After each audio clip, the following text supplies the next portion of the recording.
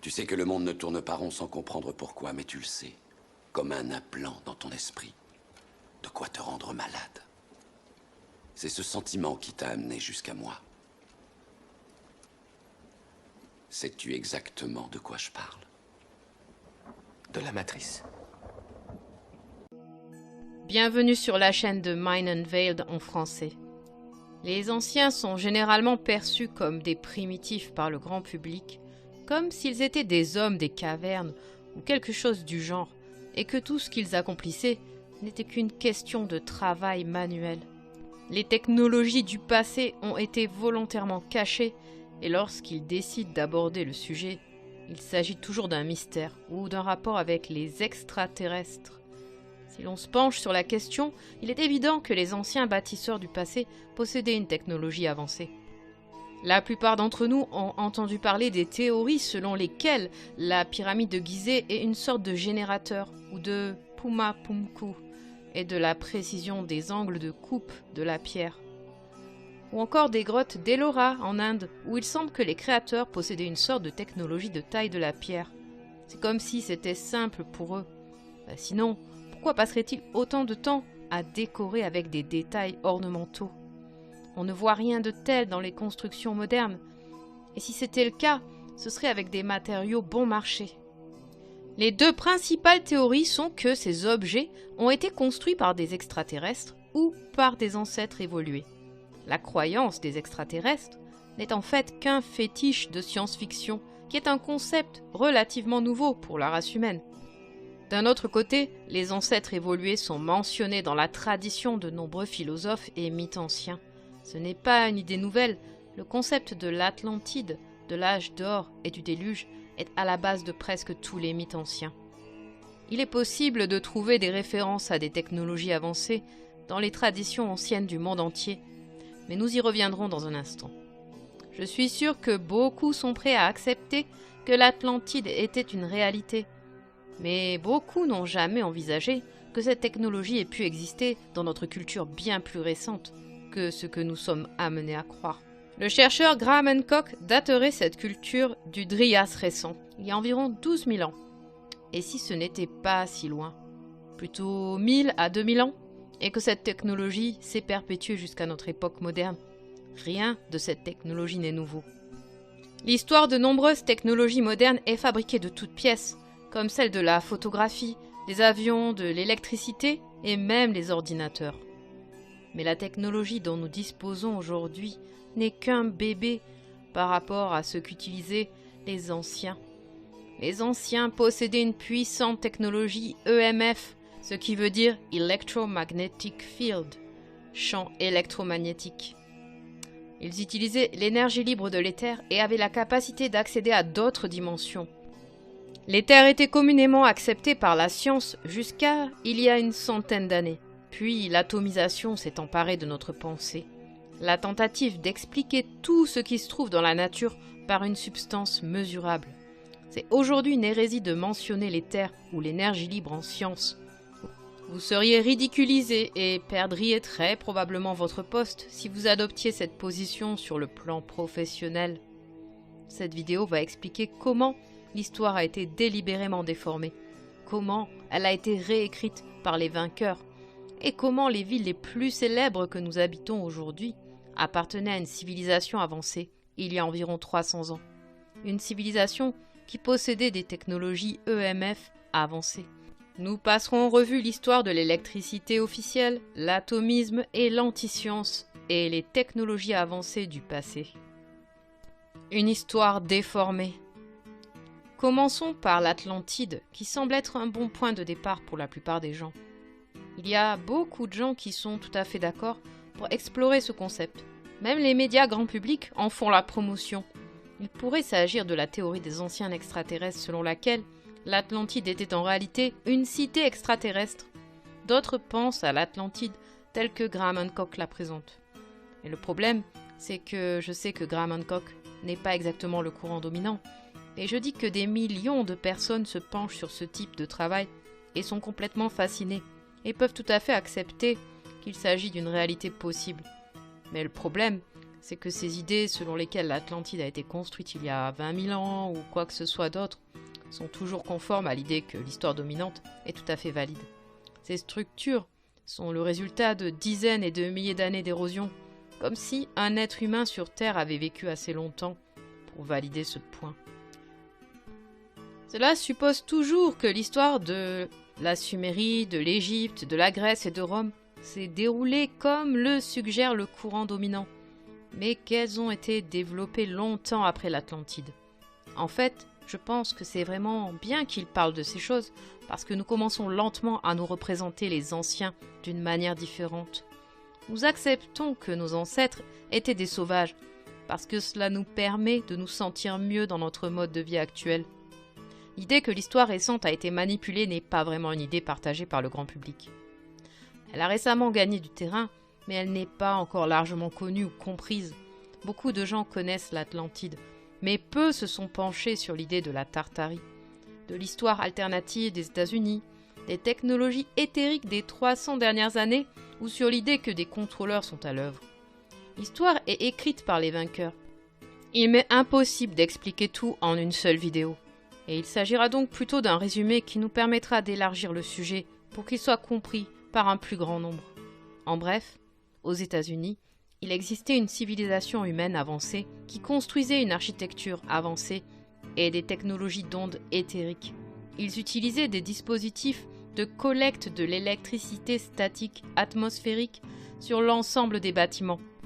On parle là d'une civilisation qui a existé globalement il y a environ 300 ans, puis tout d'un coup la nouvelle Église a pris le dessus, l'anti-Église de la science et de la raison, la même raison qui a conduit à la propriété, aux banques, à l'ego et à l'autodestruction. Vous m'entendrez parler de cette ancienne Église, et je voudrais juste clarifier les choses pour ceux qui ne connaissent pas encore la chaîne. L'histoire moderne est un mouvement de civilisation d'est en ouest. J'essaierai d'avoir des annotations sur lesquelles vous pourrez cliquer et qui vous amèneront à des vidéos sur notre chaîne avec plus d'explications. Mais en gros, il s'agit de l'escroquerie de l'histoire. Cela n'explique pas pourquoi il existe des similitudes globales entre les cultures du monde entier. Nous avons tous développé des concepts similaires en matière de langage, de lignage, de chamanisme, d'agriculture, d'architecture, d'art et de danse. La théorie de l'isolement est largement acceptée, ce qui signifie qu'aucune de ces anciennes cultures n'a communiqué avec une autre. Mais il est évident que l'idée d'une civilisation ancienne mondiale a refait surface récemment grâce à des personnes comme Graham Hancock, Brian Forrester et bien d'autres. De sorte que l'idée de l'Atlantide balaie complètement la théorie de l'isolement et l'histoire dominante. Et cela reste un non-sens au regard des normes scientifiques modernes enseignées dans les écoles et les universités. Accepter ou même explorer ces idées détruit tout ce que l'académie moderne enseigne. Les livres d'histoire devraient être réécrits. Toute notre compréhension de la réalité serait un mensonge, et c'est tout simplement trop pour la plupart d'entre nous à l'heure actuelle. Nous sommes nombreux à pouvoir admettre que l'Atlantide a existé, et qu'elle a été détruite par une inondation majeure, une remise à zéro. Et selon Graham Hancock, il y a environ 12 000 ans. Que s'est-il passé après la chute de l'Atlantide?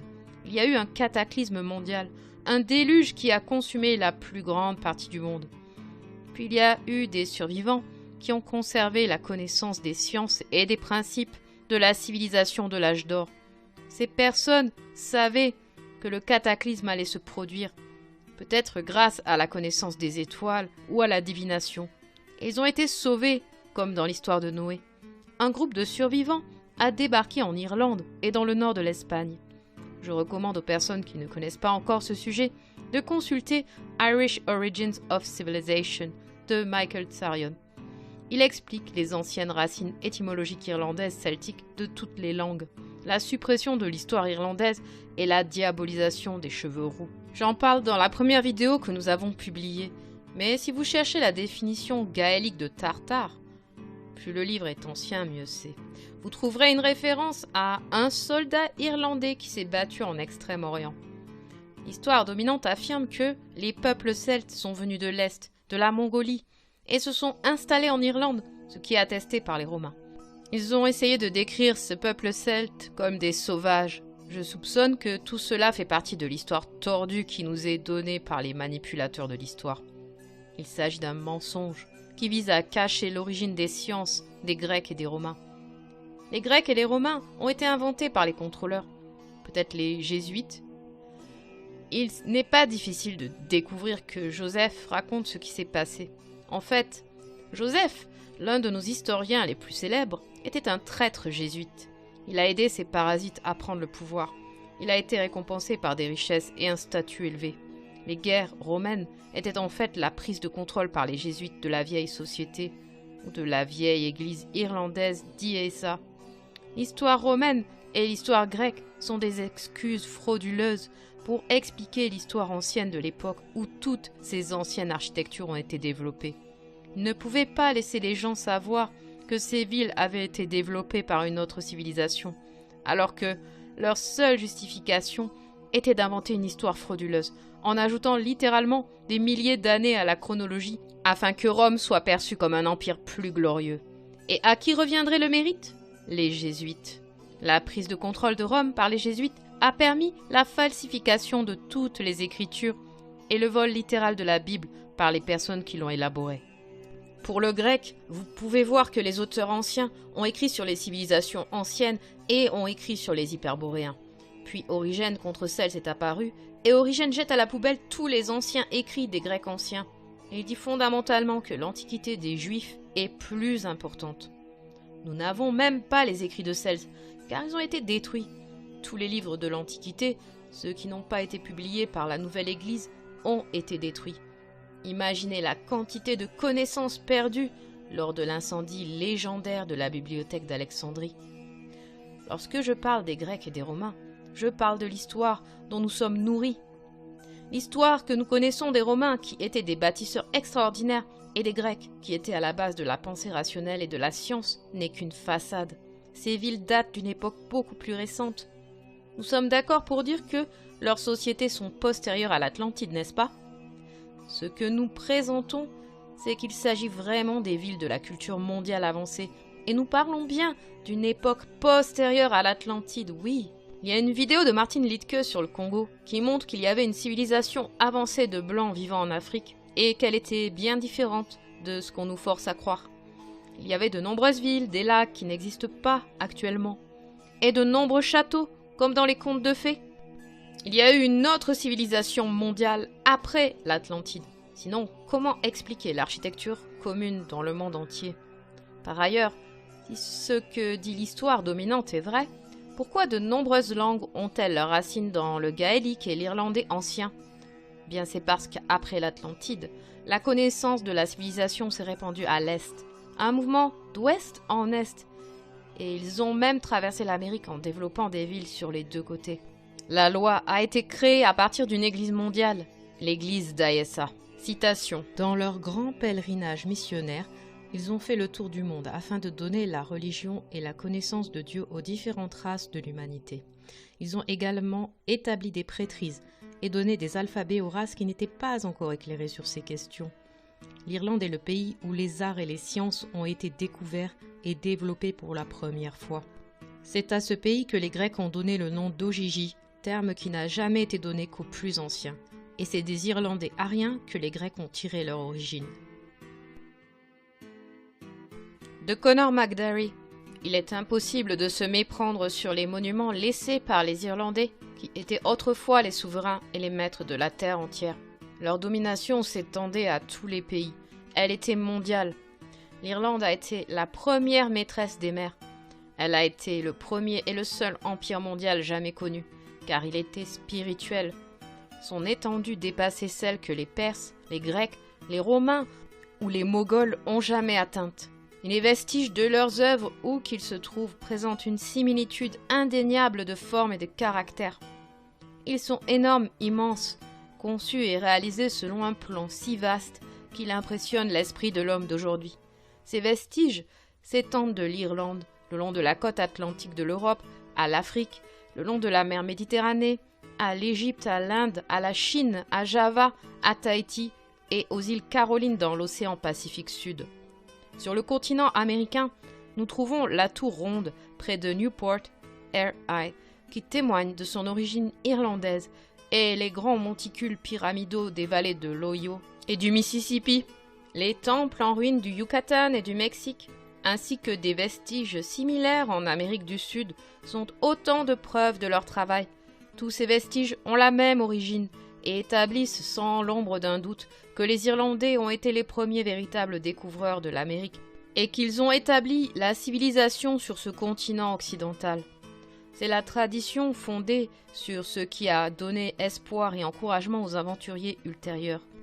Le nom même de Dieu chez les Indiens de notre pays était un nom irlandais dérivé de ces missionnaires et explorateurs des siècles avant la naissance de Christophe Colomb ou d'Éric le Rouge. L'un des noms irlandais de Dieu est Man, et Manita est le mot irlandais pour saint. Le nom indien de Dieu était Manitou, le saint. Les Indiens avaient également un autre nom pour Dieu, lui aussi irlandais. Il s'agit de Manabasha, le dieu soleil. Il s'agit d'un mot composé de la racine man, saint, et basha, des vaches du taureau, pratiquement le même que Baal, le dieu soleil irlandais. Ce nom signifie donc le saint donneur de vie ou le saint créateur. Quiconque connaît la langue celtique reconnaîtra immédiatement ce fait, de même que tous les étudiants compétents en philologie. La plupart des gens n'en sont pas conscients parce qu'il s'agit d'une histoire étouffée ou parce qu'ils pensent qu'il s'agit d'une sorte de nationalisme. Cela n'a rien à voir avec cela. De nombreuses légendes issues de cultures du monde entier parlent de géants aux cheveux blancs et roux qui possédaient une technologie avancée. Le moyen le plus efficace de détruire les gens est de nier et d'effacer la compréhension qu'ils ont de leur histoire. George Orwell, auteur de 1984. Par exemple, le dieu roux barbu et à plumes Quetzalcoatl, sculpté dans la capitale Olmec, est appelé Oncle Sam, avec un grand nez et une barbe d'apparence largement sémitique, qui serait arrivé d'une île de l'autre côté de la mer, disparue après un grand déluge. J'ai une vidéo sur les liens entre les Irlandais et les Phéniciens. Mais ce n'est pas la même chose. Les Phéniciens sont une sorte de culte obscur issu des druides celtiques qui a ensuite évolué vers l'adoration de Baal ou Saturne. Probablement celui qui provoquait tous ces cataclysmes. En fait, ces cataclysmes ont commencé à se produire parce que les dieux se sont mis en colère. La sagesse avait été ramenée sur Terre et l'unité avait été réalisée dans le domaine matériel. C'est ce que racontent les évangiles gnostiques. Il y a eu une scission entre l'ancienne église, l'église de Aessa, et la nouvelle église, l'adoration de Baal ou le matérialisme. L'ancienne église était une utopie basée sur l'ancien âge d'or de l'Atlantide. Elle était fondée sur la loi naturelle et sur la recherche de la sagesse. L'église de Aessa louait toujours le soleil, mais c'était une analogie de la beauté du Dieu invisible. La nouvelle église de Baal s'est développée pour devenir l'Empire romain. La confusion vient du fait que nous datons les Phéniciens d'il y a environ 4000 à 5000 ans dans l'histoire générale, alors que les Phéniciens ne sont qu'un nom de couverture pour une branche spécifique des anciens juifs qui ne sont pas si anciens que cela. Ils datent d'une époque récente, peut-être de 500 ans. Cette nouvelle église secrète vénère un dieu démoniaque, le dieu fou de la Bible, Jéhovah, ou Saturne, Baal. Mais au fur et à mesure de leur montée en puissance, ils ont pris le contrôle des médias, la presse, et ont commencé à promouvoir la compréhension exotérique de la Bible pour les masses, ainsi que le point de vue athée et frauduleux du monde qui nie complètement Dieu, appelé science. L'Église frauduleuse de Rome, contrôlée par les jésuites catholiques, voulait adorer le Dieu à l'origine de la catastrophe afin d'en maîtriser les effets. C'est l'histoire de la bataille de Jérusalem. Les anciens juifs ont été remplacés par de nouveaux juifs. Je vais m'arrêter un instant et ralentir, car si vous êtes novice en la matière, vous vous demanderez peut-être de quoi je parle. Surtout les personnes qui ont peur de l'idée des contrôleurs de l'ombre ou des Illuminati. Pourquoi les Phéniciens ou autres voudraient-ils s'emparer du monde en volant cette église ? Eh bien parce que cette ancienne église était le pouvoir spirituel de l'ancien monde. Ils ont voyagé à travers le monde pour civiliser le monde entier, comme je l'ai mentionné dans Daunellis Atlantis. Si vous pensez que l'histoire de l'Atlantide est vraie, alors Daunellis Atlantis a été l'un des premiers livres importants sur le sujet. Celui qui domine l'Église domine le monde, littéralement. Ainsi, lorsque je parle de Phéniciens, j'ai une définition différente de celle du grand public, et ce n'est pas une phrase simple, alors soyez indulgents avec moi. Les Phéniciens et un nom de couverture pour la culture maritime avancée de l'ancien passé. Ce nom a été créé par la nouvelle église de Rome pour cacher l'histoire de l'ancienne église de Ayessa, qui est devenue ce que nous appelons aujourd'hui les Juifs. C'est un peu des deux histoires, c'est pourquoi c'est si confus. Les Phéniciens ont été les premiers à développer le langage, mais il s'agit en fait de l'histoire des anciens Irlandais. Le culte de Baal et le matérialisme ne sont apparus que plus tard. L'histoire des Phéniciens commence avec celle des Irlandais, puis une pensée parasite s'est installée et ils ont commencé à vénérer Baal. Je dis que les Phéniciens se sont développés il y a environ 500 ans, alors qu'il y avait beaucoup d'autres villes et civilisations développées par les Irlandais qui ont ensuite évolué vers leur propre culture. Pour les Phéniciens, ce sont les Irlandais qui se sont transformés en Juifs. Rapprochons-nous de l'Atlantide. Il existe un ancien manuscrit connu sous le nom d'Oera Linda qui parle de cette époque. La raison pour laquelle nous n'entendons pas parler de ce manuscrit est qu'il s'agirait d'une fraude. La véritable raison pour laquelle les universitaires du courant dominant croient cela, c'est qu'ils ne peuvent tout simplement pas accepter la datation. Oera Linda date de l'Atlantide, il y a 2000 à 4000 ans, ce qui ramènerait de nombreuses cultures à une époque beaucoup plus récente. Indépendamment de la datation, il est toujours intéressant de constater que l'Atlantide est référencée par Atlante, complètement séparée de Platon. Nous devons également garder à l'esprit l'hypothèse du temps fantôme ou les travaux de Fomenko. Et si c'est le cas, l'Atlantide pourrait avoir été créée il y a seulement 1000 à 2000 ans. Revenons à la façon dont les Irlandais sont devenus l'église phénicienne, vénitienne et jésuite romaine. Ok, pourquoi cette prise de pouvoir? Ou quel est le motif des Illuminati, n'est-ce pas? Pourquoi s'emparer de cette église si elle a éclairé le monde antique après la chute de l'Atlantide? Par Conor McDarry, le fait qu'il détienne un tel pouvoir autocratique l'a amené à se doter d'attributs divins afin de susciter l'admiration du peuple. De nos jours, les qualités de la divinité sont attribuées aux dirigeants. En Russie, en Chine, au Japon, et il n'y a pas si longtemps en Angleterre, on croyait que toute maladie qui ne cédait pas au traitement d'un médecin pouvait être guérie par un simple toucher de la main du roi ou même de son vêtement. Le chef de l'église d'État irlandaise a détenu ce pouvoir pontifical suprême en Europe jusqu'à ce qu'il soit contesté d'abord par la Perse, puis par la Grèce et plus tard par Rome, qui, lorsqu'un moment favorable est arrivé pour elle d'affirmer son indépendance, a mis en place conjointement une église et un État pour elle-même. En effet, il faut savoir que Rome était autrefois une colonie irlandaise. Le nom de Rome est un composé de deux mots irlandais. Ro signifie avant et homme qui signifie corps, terre ou tombe. Mais dans un sens mythique, il signifie avant le ciel, Ro, et la terre, Orne. Les deux signifiant ensemble le ciel et la terre, d'où la ville éternelle de Rome. Le fleuve de Rome, le Tibre, porte également un nom irlandais. Il tire son nom de Tuber, mot irlandais désignant un puits ou une source d'eau. Le Tibre est donc le fleuve de l'eau de source. Longfellow dit vraiment « Leurs noms sont sur vos eaux et vous ne pouvez pas les effacer ». Le fait est que l'Irlande a été la première puissance à coloniser les deux rives de la Méditerranée et que par conséquent, les colonies sont venues de l'ouest et non de l'est, comme nos astucieux historiens romains et britanniques voudraient nous le faire croire. Et le monde l'a cru jusqu'à présent. Mais la tromperie, une fois dévoilée, est trop claire pour que quiconque puisse s'y laisser prendre. Les enquêteurs ont suivi la fausse piste lancée par cette source et n'ont rien trouvé en Orient pour étayer l'affirmation selon laquelle les Aryens auraient migré de l'Est et colonisé vers l'Ouest.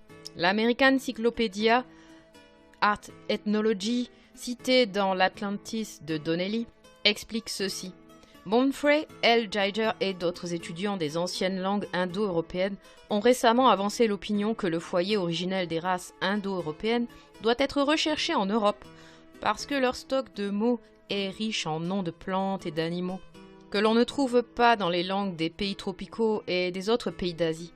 Müller dit « Les nations qui sont comprises sous l'appellation commune indo-européenne, les Hindous, les Perses, les Celtes, les Allemands, les Grecs, les Romains et les Slaves, ne partagent pas seulement les mêmes mots et la même grammaire, légèrement modifiés dans chaque pays, mais elle semble avoir également préservé une masse de traditions populaires qui s'étaient développées avant qu'elles ne quittent leur foyer commun, Donnelly's Atlantis. Dans le livre de 1842, Etruria Celtica, ou Étrurie celtique, étude de la littérature et des antiquités étrusques, où la langue de ce peuple ancien et illustre, comparée et identifiée avec l'ibéro-celtique, est montrée comme étant phénicienne.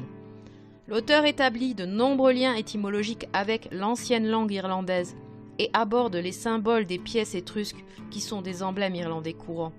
Citation : « J'ai examiné cette langue et je me suis efforcé de la placer sous son vrai jour en démontrant des analogies et en éliminant la notion erronée de son affinité avec le gallois, le cornique et le bas-breton. Et j'ai accidentellement induit sa comparaison avec l'étrusque, qui a en effet répondu aux anticipations et aux attentes de Jackson en ouvrant de grandes découvertes dans l'antiquité irlandaise et en dissipant l'obscurité qui cachait l'origine du peuplement primitif, non seulement de l'Irlande et des îles britanniques, mais de toute l'Europe celtique, et en déduisant leur origine des grands peuples civilisés et navigateurs commerciaux du monde, qui, avant la naissance de la grandeur grecque ou romaine, traversaient les mers et jouissaient de l'empire incontrôlé des profondeurs. » Fin de citation. Ce n'est pas quelque chose que j'ai inventé, et si vous me suivez, je vais vous présenter les différentes pièces du puzzle. Pour comprendre cette histoire alternative, il faut établir une base. Il y a tellement plus que je pourrais dire à ce sujet, mais la question qui revient le plus souvent est « Pourquoi les pouvoirs en place voudraient-ils nous contrôler ?»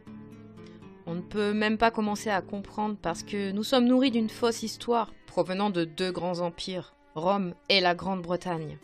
Les Phéniciens sont donc un petit groupe qui a commencé avec l'église de Ayesa dans la mer Noire, puis s'est développé en de multiples sectes, l'une étant les gnostiques et l'une des autres étant des parasites comme l'église de Baal. L'église de Baal s'est transformée en juif, ce qui date d'une époque vraiment plus récente, lorsque les jésuites ont pris le contrôle de Rome. Ok, en quoi cela concerne-t-il l'ancienne technologie ? Alors l'histoire de l'électricité vient de ces gens qui ont pris le contrôle de Rome. Ces personnes ont délibérément caché des technologies récentes et on nous a raconté des histoires de découvertes scientifiques accidentelles. Nous ne connaissons l'électricité que depuis 200 ans. Les anciens connaissaient bien les aimants qui se forment naturellement et il serait tout à fait possible de créer un courant puisqu'ils possédaient des batteries puissantes. Le cuivre était largement utilisé par ces anciennes cultures, alors qu'est-ce qu'il y aurait de si déconcertant à ce que ces cultures récentes possèdent une sorte de technologie de champ électromagnétique avancé ? Les pyramides génèrent un champ de torsion qui accède à de multiples plans d'existence, ce qui crée de l'énergie. Cette énergie peut transformer la conscience pour accéder à d'autres réalités, mais elle peut aussi être exploitée pour créer des objets physiques. Technologie éthérique. Les technologies de l'éther du passé ont existé et elles fonctionnaient grâce à l'énergie qui nous entourait. Elles n'avaient pas besoin d'être payées, elles n'étaient la propriété d'aucune entreprise. Rappelez-vous qu'il y avait encore des cultures qui suivaient la loi naturelle et qu'il s'agissait des restes de l'église d'Ayesa, qui avaient des villes et des forteresses dans le monde entier, y compris en Amérique. C'est ce que nous appelons la Tartarie ou Tartaria. Les restes de l'église d'Ayesa, les bâtisseurs originaux de toutes ces magnifiques architectures spirituelles. Mais nous avons aussi des Juifs qui sont venus en Amérique parce que ce culte phénicien s'est produit près de la mer Noire et selon le livre des Mormons, ces Juifs essayaient d'échapper à la guerre en cours. Alors ils ont fui en suivant une étrange technologie ancienne appelée le Layona et ils ont trouvé leur chemin vers l'Amérique. Ce qui signifie que ces gens n'appartenaient pas à l'église d'Israël, mais à une époque plus tardive où de nombreux cultes se développaient. C'est une autre histoire, mais ils ont fini par atterrir à Haïti et en Amérique du Sud, aidant à développer les civilisations aztèques et mayas. Le livre des Mormons parle aussi de cette tribu de Juifs qui est venue en Amérique et qui a rencontré un autre peuple avancé et déjà habitué à sa langue et à ses coutumes. Ces Juifs n'ont pas été envoyés par la nouvelle Église de Rome, mais étaient pour la plupart des gens qui ont essayé d'échapper à la confusion qui régnait et à toutes les guerres. L'histoire de Christophe Colomb, c'est l'histoire de la redécouverte des Amériques par les Jésuites ou l'Église ou Rome à travers l'Espagne. Il y a des cataclysmes constants et une lutte constante pour le pouvoir de la part de multiples parties différentes. Tant de connaissances ont été perdues et le savoir de terra firma est devenu un mythe et une légende. Je fais référence à cette nouvelle église de Rome qui n'est en fait qu'une corporation de culte Baal phénicien de la famille royale pourpre. Ils ont falsifié la plus grande partie de notre histoire. Les vrais Romains étaient l'une de ces cultures avancées de l'église de Ayesa avant le cataclysme et la prise de contrôle par les parasites. Afin de prendre le contrôle, de nombreux dispositifs ont été développés pour dominer, contrôler. Et ils nous disent spécifiquement quels sont ces dispositifs. Dans presque toutes les publications de Grande-Bretagne et de Rome, les symboles comportent des emblèmes et des signes étranges qui font référence à la domination et au pouvoir. Le fasces est une arme électromagnétique utilisée par les royaux pour prendre le pouvoir. Pensez-y. Un faisceau de tiges rendrait une hache inutilisable. Citation. Il était étrusque avant d'être romain, et il a donc une longue histoire. Lorsque Rome a commencé à basculer dans l'autoritarisme, les fasces en sont devenus le symbole. Mais il a longtemps été considéré comme un symbole du pouvoir de Rome et de la volonté du peuple. Les fasces étaient une série de baguettes ligotées avec une tête de hache à l'intérieur et étaient portées par les licteurs, les gardes du corps de la Rome antique. Chaque fois qu'un dirigeant élu se déplaçait, les licteurs le suivaient. C'est ainsi que le bâton des licteurs, le fasces, est devenu un symbole de pouvoir, de gouvernement et de loi. Fin de citation. Les fasces sont des pistolets électromagnétiques. This same magnetic field is much more potent if it operates on an aluminium sheet instead of on the mercury. The reason for this is that aluminium is about 40 times more conducting than mercury.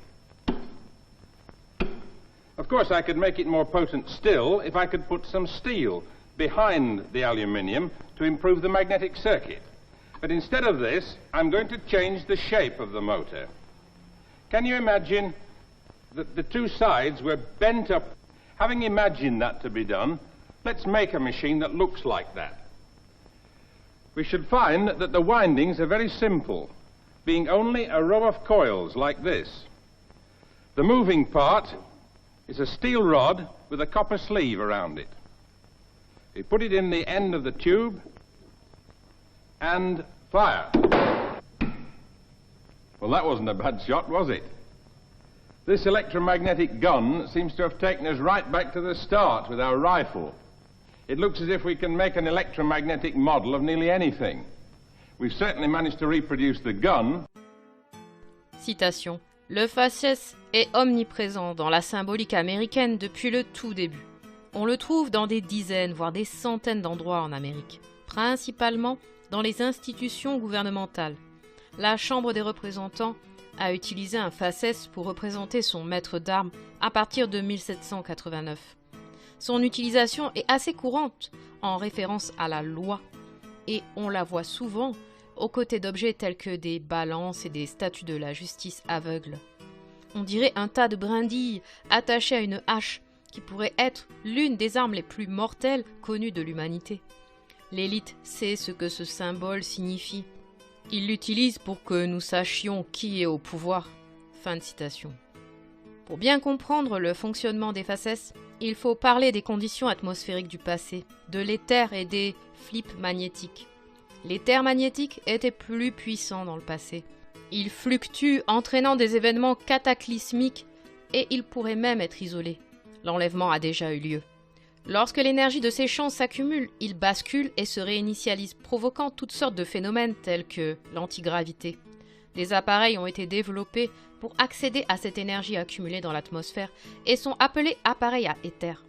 Il s'agit d'appareils à énergie libre conçus pour collecter l'énergie accumulée dans l'éther.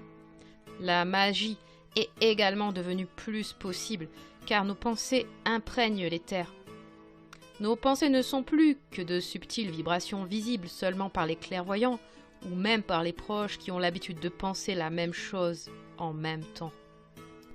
Les Phéniciens, ou la Nouvelle Église, n'ont pris le contrôle qu'il y a environ 100 ans, de sorte qu'il y a eu une période pendant laquelle de nombreuses villes ne leur appartenaient pas encore. Comme je l'ai dit, les villes qui sont restées sont les vestiges de l'église d'Ayesa, comme la Tartarie, et elles utilisaient une technologie avancée. Ces villes comprennent Los Angeles, San Francisco, New York, Saint-Pétersbourg, Paris, Londres et bien d'autres. Elle disposait d'un système d'éclairage à l'éther, d'un système d'aviation utilisant des dirigeables et d'autres véhicules volants. Elle disposait d'un système d'éclairage à l'éther, d'un système d'aviation utilisant des blimps et d'autres véhicules volants. C'est ce que sont nos églises. Elles génèrent de la puissance et de l'énergie, comme les pyramides, en utilisant des champs de torsion, par la symétrie et l'acoustique, et par l'utilisation d'un transmetteur. Cette transmission peut ensuite être utilisée pour des applications quotidiennes telles que l'éclairage et le chauffage, qui sont alors alimentés par de la vapeur.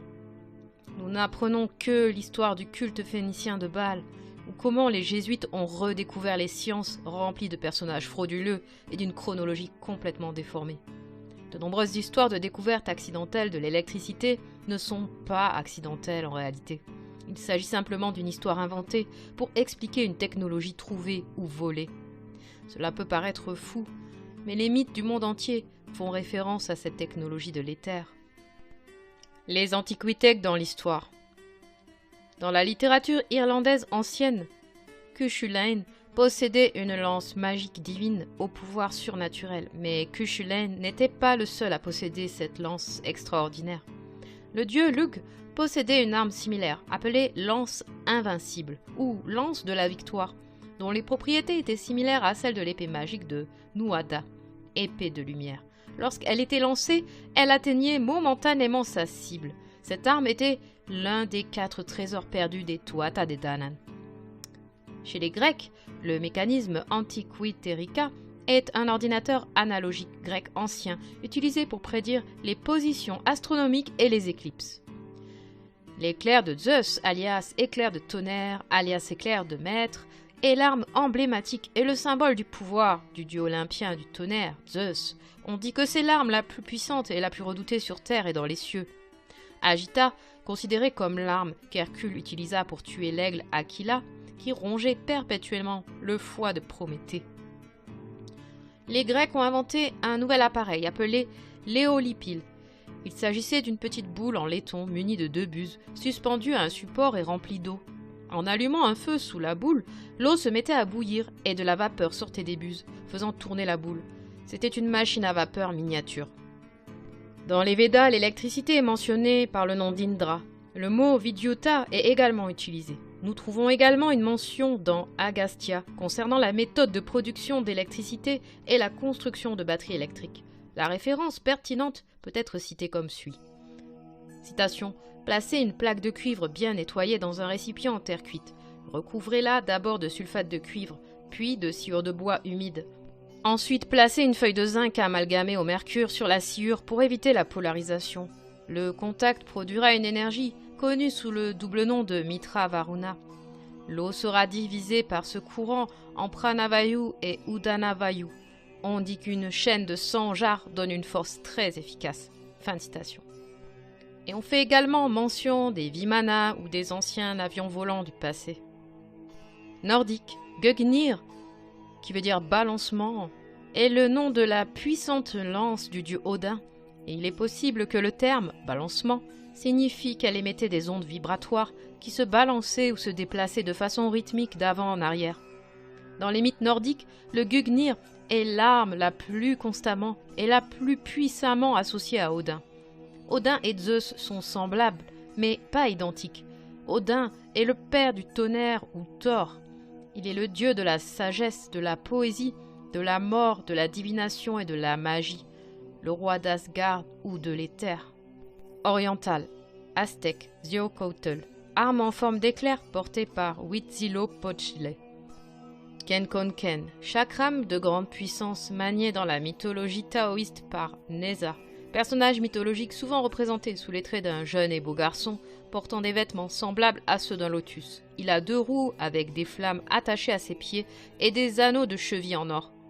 Le fasces n'était pas une hache, mais une technologie avancée des dieux. Wikipédia dit même que les fasces ont été développés pour la première fois par les Étrusques, alors qu'ils n'étaient littéralement que les premiers Irlandais. Sur cette représentation, on peut voir une statue phénicienne de la liberté avec un dispositif flottant dans la main, un autre objet électromagnétique utilisé par les contrôleurs. Dans la littérature védique, il est appelé Vajra, arme d'Indra, le dieu du tonnerre, et symbole de l'électricité. Vous pouvez également voir le caducée, qui est le symbole du dieu dans l'homme. Ceux qui portent ce symbole sont la race des dieux qui ont été électrifiés par les énergies de la Kundalini, l'être physique et métaphysique, l'être de l'éther. Il est évident que les dispositifs électromagnétiques d'éther et les armes électroniques sont mentionnés dans une variété de traditions différentes, et beaucoup de ceux qui sont nouveaux dans ces sujets sont prêts à accepter que cela était possible en Atlantide. Mais pourquoi n'est-il pas possible qu'une civilisation récente ait eu cette technologie? Il y a 250 ans, les grandes villes d'Amérique n'étaient pas soumises aux nouveaux dirigeants. Nous n'avons commencé à nous étendre vers l'ouest qu'au 19e siècle, parce qu'une grande civilisation vivait dans l'ouest de l'Amérique. Et il en va de même pour les bâtiments anciens qui n'ont pas de photos de construction, ou alors si c'est le cas, c'est souvent des mises en scène ou ce sont carrément des faux. Saviez-vous que l'une des premières images de type Photoshop date des années 1850? Oui, il s'agit littéralement d'un assemblage de plus de 30 photographies. Je me demande pourquoi nous n'en entendons pas parler. Si vous ne l'avez pas encore vu, je vous renvoie vers la vidéo qui traite de l'ancien monde photoshopé. Je vous mets le lien dans la description. Alors pensez à tout ce qu'il est possible de simuler avec ceci. Imaginez, ils avaient la possibilité de faire des composites avec différentes vidéos à l'époque. Regardons quelques fausses images de Wright, que les gens croient encore réelles. Alors regardons cela. Alors ce qu'ils vont faire, c'est qu'ils vont sortir l'avion du hangar. Hein. Je pense qu'il peut y avoir un mouvement sur le sol, mais je refuse de penser que cet avion-là a décollé. Et qu'il a atterri, parce que si c'était le cas, ils auraient fait une seule captation, mais vous verrez qu'il y a une espèce de trick derrière tout ça. Donc ils sortent l'avion, ils le poussent, ils le mettent en place, et puis il y a tout ce monde, et puis il y a ce composite plutôt malin qui se met en place. Alors, voilà, l'avion décolle, et là, il y a un autre clip qui démarre. Donc on ne montre pas que ça décolle réellement. En fait, ce qu'ils ont fait, c'est que il y a deux captations superposées ici. C'est-à-dire que d'abord, ils ont filmé ce groupe de personnes ici avec rien dans le ciel, donc sans cet avion qui est supposé décoller. Donc ils ont filmé ça sans l'avion. Et ensuite, dans le studio, ils ont un modèle très similaire à cet avion. Et typiquement, ils ont filmé la maquette avec un fond vert. Bon, le truc typique d'Hollywood, si vous préférez. Pour pouvoir faire le composite, l'illusion que l'avion décolle. Mais si on fait bien attention, si on va voir un peu plus loin dans la vidéo, et quand l'avion revient, les gens ne font même pas attention. En fait, ils commencent même à s'en aller. Donc ce clip-là, il a été filmé à un autre moment. Parce que les gens ils ne font même pas attention à l'avion. Alors qu'on parle de l'un des premiers décollages de l'histoire. Regardez, là, ce type-là, il a même la tête vers le bas. Donc vous pouvez bien voir que, en fonction de l'orientation de leur tête, ces gens ne font même pas attention à l'avion. Donc, et là, la vitesse de l'avion ne semble même pas cohérente. Regardez, la vitesse à laquelle les pales tournent semble un petit peu lent. Donc, voilà, ça semble vraiment étrange, n'est-ce pas? Donc voilà, ils ne font même pas attention à l'avion, la perspective semble fausse, et ils vont même pas montrer l'atterrissage. Donc en fait, c'est juste un film hollywoodien. Alors, c'est peut-être pas 100% évident sur ce film-là, mais on va en voir un autre. Celui-ci est moins connu, mais c'est si évident que c'est du fake. Donc voilà, à nouveau, ils sortent l'avion, ils le préparent. Et puis, regardez, c'est la même chose. On ne voit pas une seule captation depuis le décollage à l'atterrissage. Mais par contre, ce qu'on voit, c'est un trucage. Regardez. Donc ici, il y a cet appareil qu'ils utilisent et ça y est. Là, c'est le décollage. mais la captation est horrible. Et là, on voit bien que ce n'est pas quelqu'un de réel. Et quand vous regardez vraiment bien, c'est un montage horrible. Vraiment. Ce sont des poupées sur une maquette qu'on fait monter et descendre. Ils peuvent avoir fait ça à partir de plusieurs médiums, mais en fait, ils ont fait un montage à partir de 2 captations différentes. Donc ce qu'il faut comprendre, c'est que c'est un art qu'ils avaient déjà mis en place et optimisé dans les années 1850. Je veux dire, c'est tellement évident. De vieilles photos de villes avec des bâtiments et une architecture étonnante, mais les gens sont à cheval, ou les routes sont en terre. Ça n'a pas de sens. Et je ne vais pas m'étendre sur le sujet ici, mais la façon dont on nous dit que les avions fonctionnent est complètement absurde. Les moteurs sont de la haute technologie du passé. L'histoire bullshit. L'électricité et la photographie sont considérées comme des découvertes récentes, mais si l'on se penche sur l'histoire de la photographie, on s'aperçoit qu'elle est le fruit d'un accident, tout comme l'électricité. Passons en revue l'histoire de l'électricité. Dans les années 1700, Hauksbee a découvert qu'il pouvait créer une charge électrique visuelle à l'intérieur d'une sphère de verre sous vide remplie de mercure.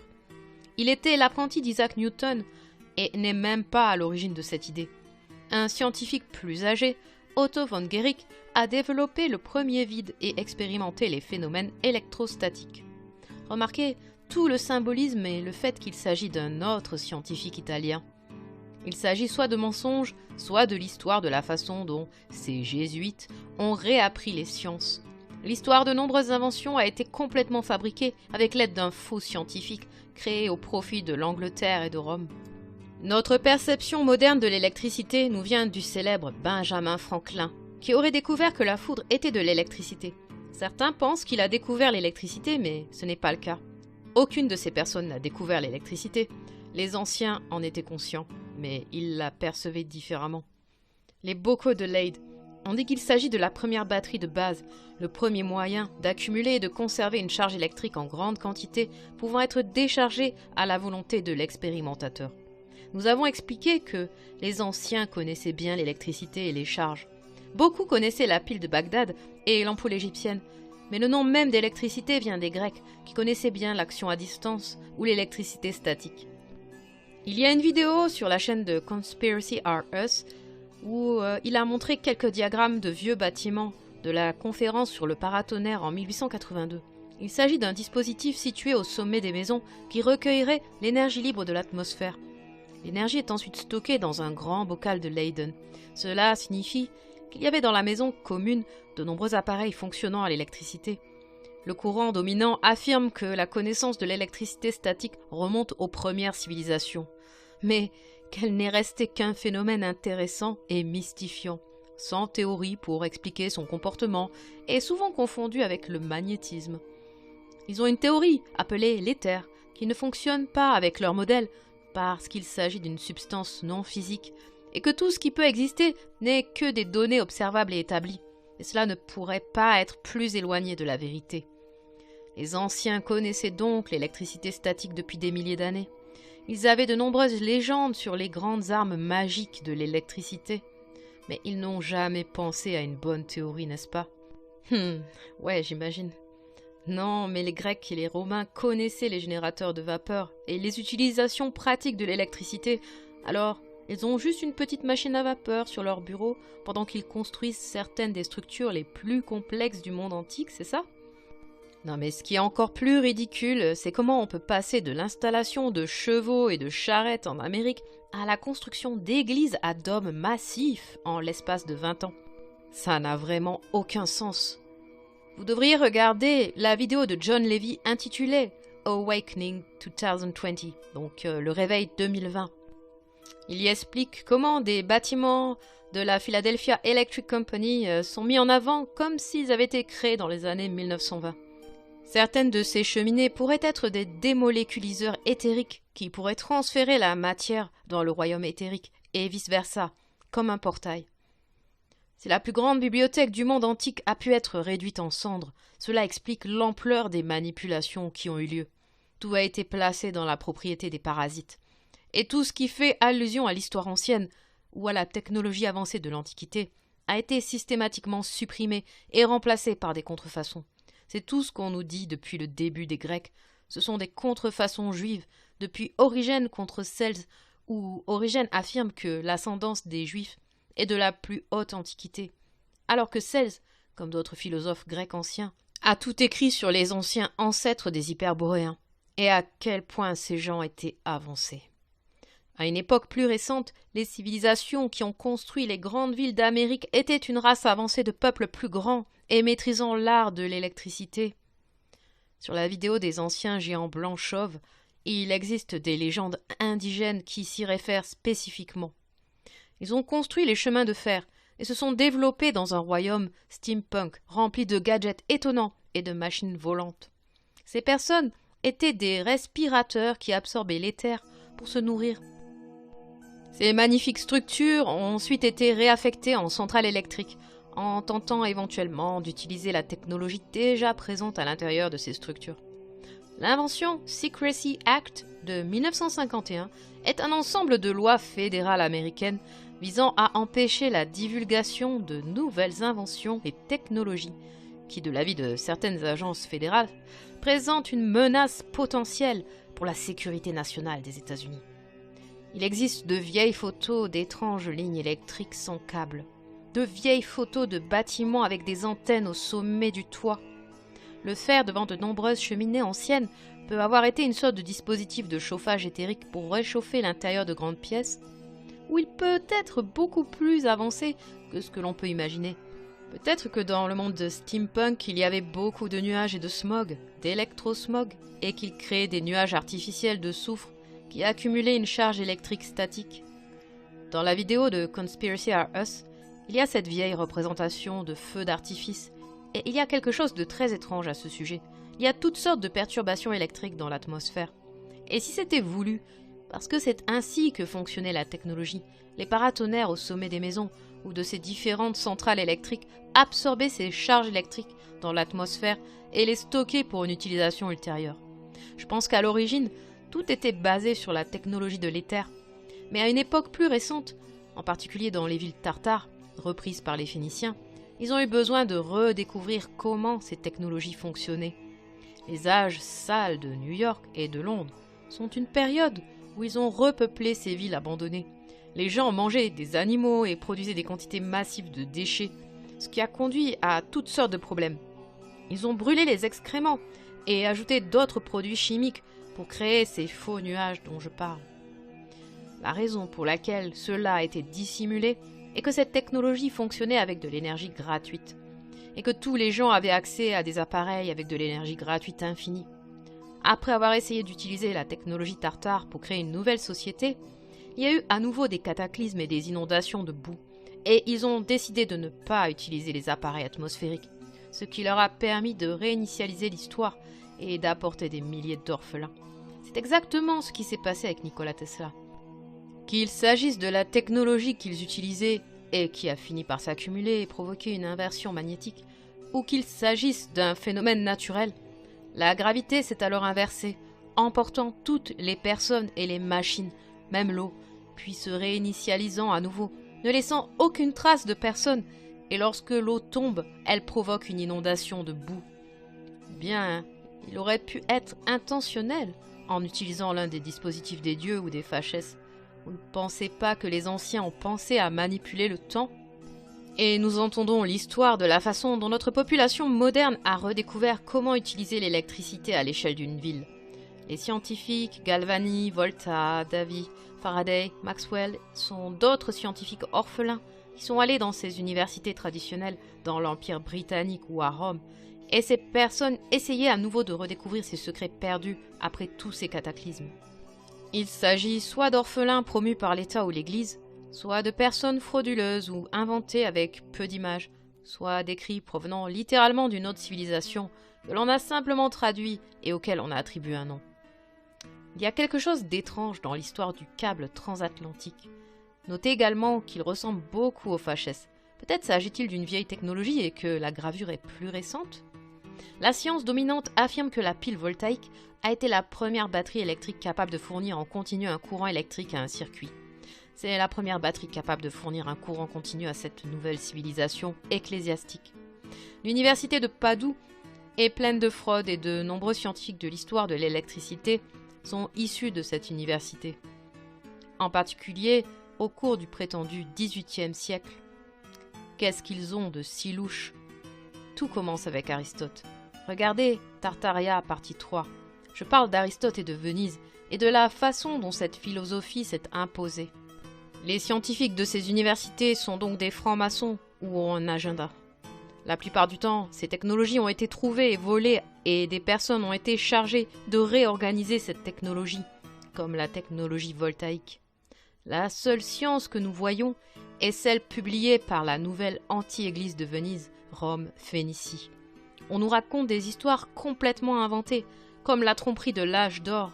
On nous dit que des millionnaires voulaient simplement commencer à construire des manoirs de style européen aux États-Unis. Ce n'est qu'avec Albert Einstein que l'éther a été retiré de la sphère scientifique. Auparavant, comme dans les équations de Maxwell, l'éther était suggéré comme source du phénomène d'éther lumineux.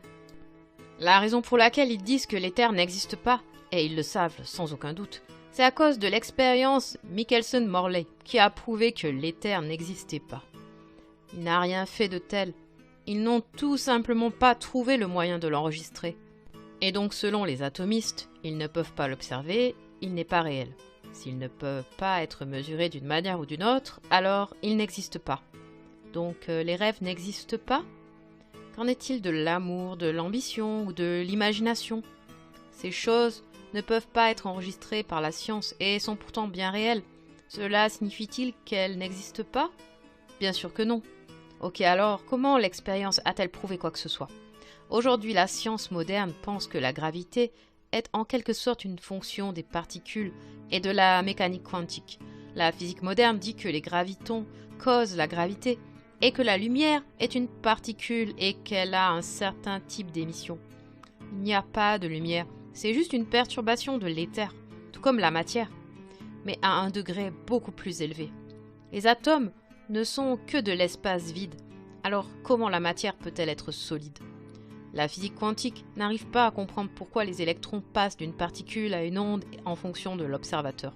La plupart de ces concepts ne sont même pas compris par les personnes qui les ont élaborés, l'intention première étant de promouvoir ce programme d'Aristote. Même Nikola Tesla a dit qu'Albert Einstein était un idiot. Et oui, jusqu'à ce jour, la physique moderne n'explique toujours pas l'action à distance, la lumière et le magnétisme. Elle n'explique pas les phénomènes. Elle se contente de leur donner un terme et une équation. Mais cela n'explique rien du tout. Conclusion. Nous avons abordé plusieurs sujets différents sur la chaîne concernant ces concepts. Il commence à devenir clair qu'il y a un agenda pour contrôler l'information et supprimer la vérité. Et si l'Atlantide était beaucoup plus récente qu'on ne l'imagine ? Après la chute de l'Atlantide, des survivants ont débarqué en Irlande et en Espagne du Nord, préservant les fondements de la civilisation de l'âge d'or. Ces anciennes méthodes ont ensuite été transportées à travers le monde pour rééduquer ceux qui avaient souffert du grand cataclysme. Il en résulta une nouvelle église mondiale, l'église d'Ayesa, qui établit de grandes villes à travers le monde, devenant ainsi la première puissance maritime. Puis un échange s'est produit. C'est la prise de pouvoir des Phéniciens. Les Jésuites s'emparent de Rome et la quête de la domination mondiale commence. À cette époque, de nombreux cataclysmes se produisaient, contribuant au processus de la prise de pouvoir par les Phéniciens maléfiques. Mais avant ces cataclysmes, il existait de nombreuses civilisations avancées dans le monde entier, de l'Extrême-Orient jusqu'à l'Amérique. Ces civilisations possédaient des technologies avancées basées sur l'éther, étaient de plus grande taille et possédaient un système digestif différent qui leur permettait de vivre uniquement de l'éther et de la nature. Lentement mais sûrement, ces parasites phéniciens ont pris le dessus, en commençant par Rome, puis en se déplaçant lentement vers Paris et Londres, ce qui est devenu l'âge sombre et sale. Et ils possédaient une technologie qui permettait d'extraire de la charge à partir de faux nuages créés à partir d'excréments brûlés. C'est ce qui a conduit aux technologies steampunk dans un passé récent. Ces technologies créaient de l'électricité sale qui s'accumulait dans l'environnement, créant une autre réinitialisation magnétique. Puis les inondations de boue, la réinitialisation, les villes fantômes et le repeuplement des principales villes du monde.